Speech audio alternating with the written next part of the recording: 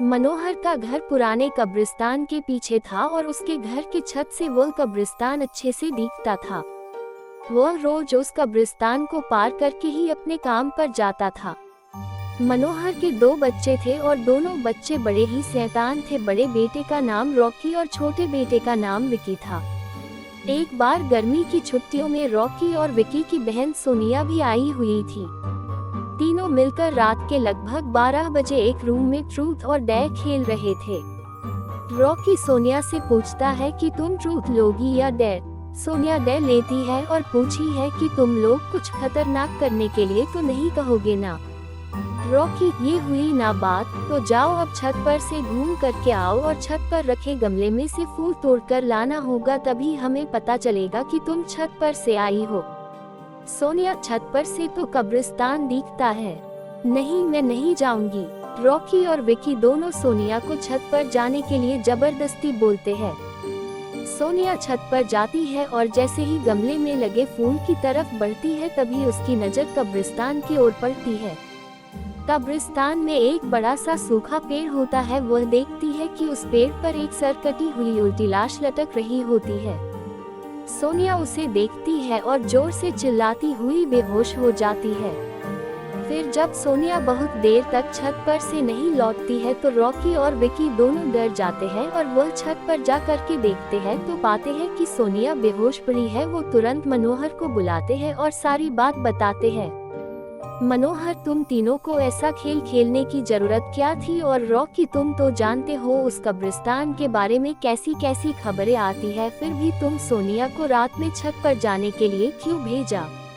Rocky, sorry dad, मुझसे गलती हो गई, हम आगे से ऐसा नहीं करेंगे। मनोहर, और फिर कभी दोबारा ऐसा काम किया तो तुम दोनों को उसी कब्रिस्तान में छोड़ आऊंगा। अच्छा सोनिया बेटी, ये बताओ तुमने वहाँ ऐसा क्या देख लिया था कि तुम वही बेहोश हो गई?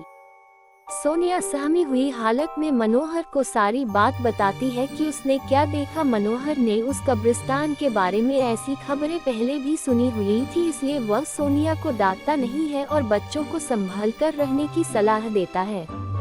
एक दिन मनोहर को काम से छुट्टी मिलने में देर हो जाती है और उस दिन उसे ऑटो भी नहीं मिलता है। वह पैदल ही घर की ओर चल पड़ता है। इधर विकी और रॉकी दोनों आपस में बात करते हैं। रॉकी, विकी, तुम्हें क्या लगता है सोनिया ने जो कहा वो सच है? मुझे तो लगता है कि वो सिर्फ बातें बना रही है, वो उसका भ्रम होगा। विकी, अरे नहीं भाई, तुमने उसकी हालत देखी नहीं, एक दिन भी और यहाँ रुकने को तैयार नहीं हुई। मुझे लगता है कि उसने सच में कुछ देखा होगा। रॉकी, चलो हम कब्रिस्तान में जाकर खुद ही देख लेते हैं। विकी, अरे भाई, तुम पागल तो नहीं हो गए हो? मुझे अपनी जान बहुत प्यारी है, मैं कहीं नहीं जाऊंगा और तुम भी मत जाओ। विकी के मना करने के बावजूद रॉकी नहीं मानता है और वह अकेले ही कब्रिस्तान की ओर चल देता है। कब्रिस्तान का दरवाजा खोलता है और अंदर चला जाता है। वह उस पेड़ की ओर भी देखता है जिस पर सोनिया को सर कटी हुई उल्टी लाश दिखी थी। रॉकी खड़े होकर उस पेड़ की ओर देखता है, तभी एक अदृश्य हाथ उसके पैरों को पकड़ लेता है। रॉकी डर जाता है और जोरों से चिल्लाने लगता है, बचाओ बचाओ, छोड़ दो मुझे, मुझसे गलती हो गई, मैं फिर कभी यहाँ दोबारा नहीं आऊंगा।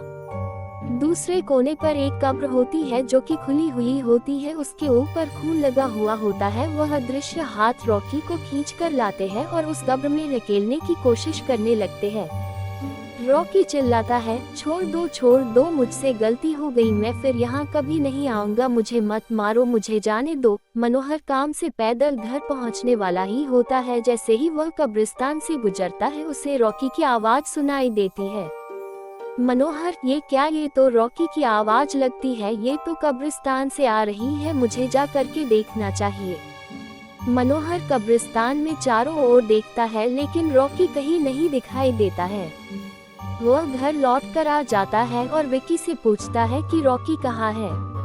विकी, पापा मेरे बार बार मना करने के बावजूद भी रॉकी कब्रिस्तान में चला गया। वो जानना चाहता था कि सोनिया जो कह रही थी वो सच है या नहीं। मनोहर, हमारे पास समय बिल्कुल भी नहीं है, जाओ घर के मंदिर में शंख में जो जल रखा है वो जल्दी से लेकर आओ, हमें रॉकी को खोजने कब्रिस्तान जाना पड़ेगा। विकी वो जल लेकर आता है। मनोहर और विकी कब्रिस्तान में जाते हैं। मनोहर जल छिड़कता है, फिर उसे किसी के घसीटने का निशान दिखाई देता है। वह समझ जाता है और फिर उस निशान का पीछा करते हुए उस कब्र तक पहुंच जाता है। मनोहर कब्र के आसपास वो जल छिड़कता है। कब्र से अजीब अजीब सी आवाजें आती है। विकी बहुत डर जाता है। मनोहर, मुझे लगता है कि श्रापित प्रेत आत्माओं ने रॉकी को इस कब्र के अंदर कैद कर लिया है। हमें जल्द ही इसे निकलना होगा। तुम ये पवित्र जल आसपास छिड़कते रहो, इससे हमें वो प्रेत आत्माएं कोई नुकसान नहीं पहुंचा पाएंगी। मैं कब्र को खोलने की कोशिश करता हूँ।